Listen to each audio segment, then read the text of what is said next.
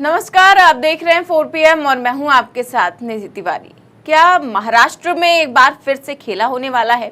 ये सवाल फिर से खड़े हो रहे हैं क्योंकि महाराष्ट्र की राजनीति में कब क्या हो जाए किसी को पता नहीं रहता। आए दिन कोई ना कोई चौंकाने वाली खबर आ ही जाती है।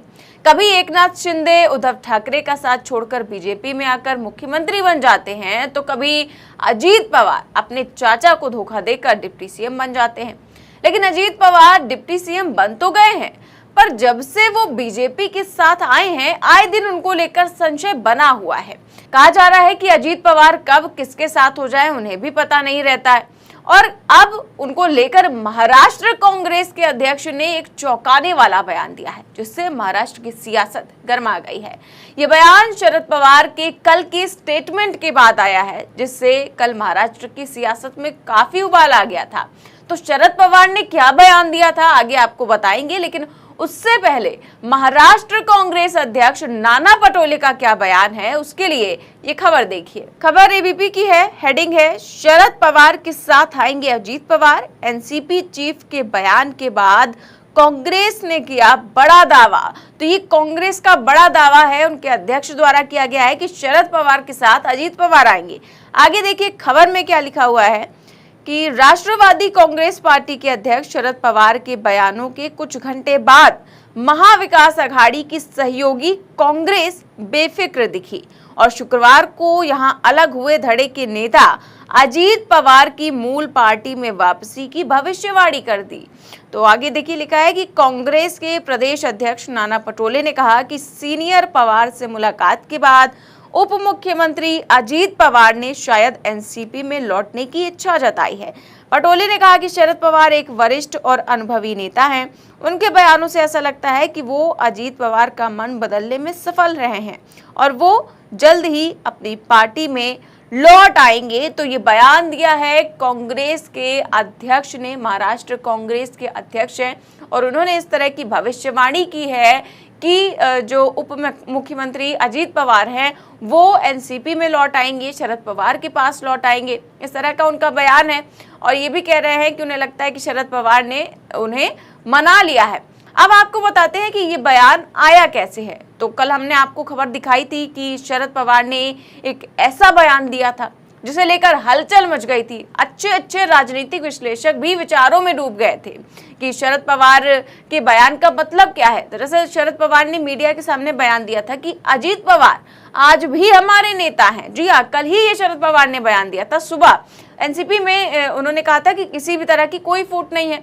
और इसके बाद शरद पवार के बयान का क्या अर्थ निकाला जाए, इसे लेकर चर्चाओं का बाजार गर्म हो गया था।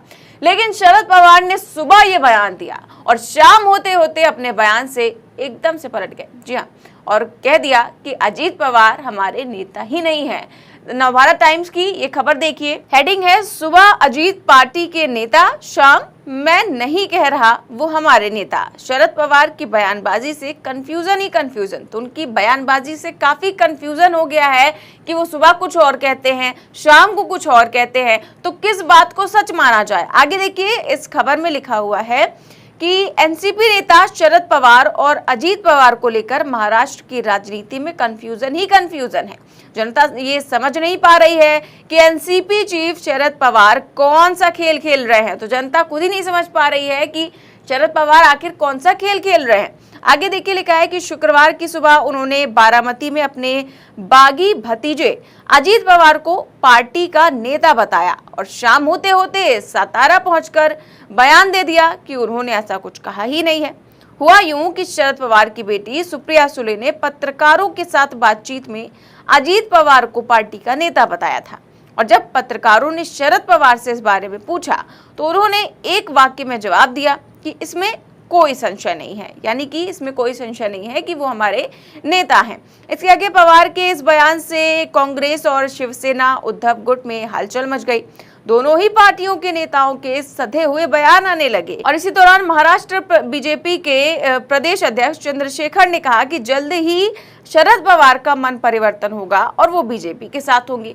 तो देखिए किस किस तरह की बयानबाजियां चल रही हैं कि कभी बीजेपी के अध्यक्ष कहते हैं कि शरद पवार हमारे साथ होंगे, तो कांग्रेस के अध्यक्ष कहते हैं कि जो अजीत पवार है वो शरद पवार के साथ वापस लौटेंगे। तो आपको बता दूं कि हुआ यूं कि 24 अगस्त को यानी कि परसों शरद पवार की बेटी सुप्रिया सुले ने कहा था कि अजीत पवार हमारी पार्टी के वरिष्ठ नेता और विधायक हैं। उन्होंने पार्टी विरोधी भूमिका ली है और महाराष्ट्र विधानसभा अध्यक्ष के पास हमने इस बारे में शिकायत की है, हम उनके जवाब का इंतजार कर रहे हैं। और एनसीपी का एक गुट सत्ता में शामिल है, लेकिन टेक्निकली एनसीपी में कोई फूट नहीं है। इस तरह की उन्होंने बयानबाजी की। और इस पर जब मीडिया ने शरद पवार से पूछा कि सुप्रिया सुले ने अजीत पवार को पार्टी का नेता बताया है, तब उन्होंने कहा कि इस बात में कोई संशय नहीं है कि वो हमारे नेता हैं। और शाम होते होते उन्होंने पलटी मार ली और कह दिया कि जिन्होंने अलग रुख अपना लिया है वो अब हमारे नेता नहीं है। तो इस तरह की शाम को कुछ और सुबह कुछ और, इस तरह का बयान जब कल शरद पवार ने दिया तो महाराष्ट्र में काफी हलचल मच गई थी। फिलहाल ये बयानबाजियां ऐसे वक्त में हो रही हैं जब विपक्षी गठबंधन इंडिया की तीसरी बैठक 31 अगस्त और 1 सितंबर को मुंबई में होने जा रही है। और बैठक से पहले ये शरद पवार का ये बयान काफी कुछ कह जाता है। लेकिन सवाल ये है कि आखिर शरद पवार हैं किधर, एनडीए या फिर इंडिया? क्योंकि अजीत पवार पार्टी से जुड़े फैसले खुद ले रहे हैं, तो बार बार शरद पवार से मीटिंग की जरूरत क्यों पड़ रही है? क्योंकि मीटिंग तो बार बार हो रही है, ना जाने तब से कितनी बार शरद पवार और अजीत पवार अकेले में मिल चुके हैं, बातचीत हो चुकी है, कई सारी मीटिंग्स हो चुकी हैं। खैर, अब कहा जा रहा है कि इंडिया की तीसरी मीटिंग के बाद महाराष्ट्र की राजनीति में बड़ा फेरबदल होने वाला है, जिसके मास्टरमाइंड शरद पवार ही होंगे।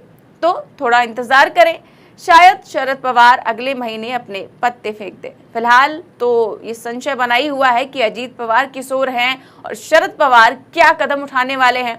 और कांग्रेस अध्यक्ष की जो बयान उन्होंने दिया है कि अजीत पवार शरद पवार के साथ होंगे, इसके बाद से खूब हलचल मची हुई है। अभी कुछ दिनों पहले तक तो ये खबर आ रही थी कि अजीत पवार जो है मुख्यमंत्री बन सकते हैं और शिंदे को जो है नीचे का पद मिल सकता है, शिंदे जा सकते हैं। इस तरह की खबरें कई सारे आ रही थी। और अब जो है इस तरह की बयानबाजी की जा रही है कि अजीत पवार बीजेपी में मुख्यमंत्री क्या बनेंगे, वो तो शरद पवार के साथ हो लेंगे। और शरद पवार कह भी रहे हैं कि वो हमारे नेता हैं, हालांकि बाद में भले वो पलटी मार गए। अब उनकी क्या रणनीति है, क्या बयानबाजी किस तरह की, क्या सोचकर वो कर रहे हैं, वो तो वही जान सकते हैं, क्योंकि उन्हें चाणक्य कहा जाता है राजनीति का। और जिस तरह से वो लगातार फैसले लेते आ रहे हैं, उसको लेकर तो संशय रहा ही है। फिलहाल थोड़ा और इंतजार करिए, देखते हैं अगले महीने क्या होता है। इंडिया मीटिंग के बाद, इंडिया की जो बैठक होने वाली है, उसके बाद शरद पवार क्या फैसला लेते हैं, ये तो फिलहाल वक्त ही बताएगा।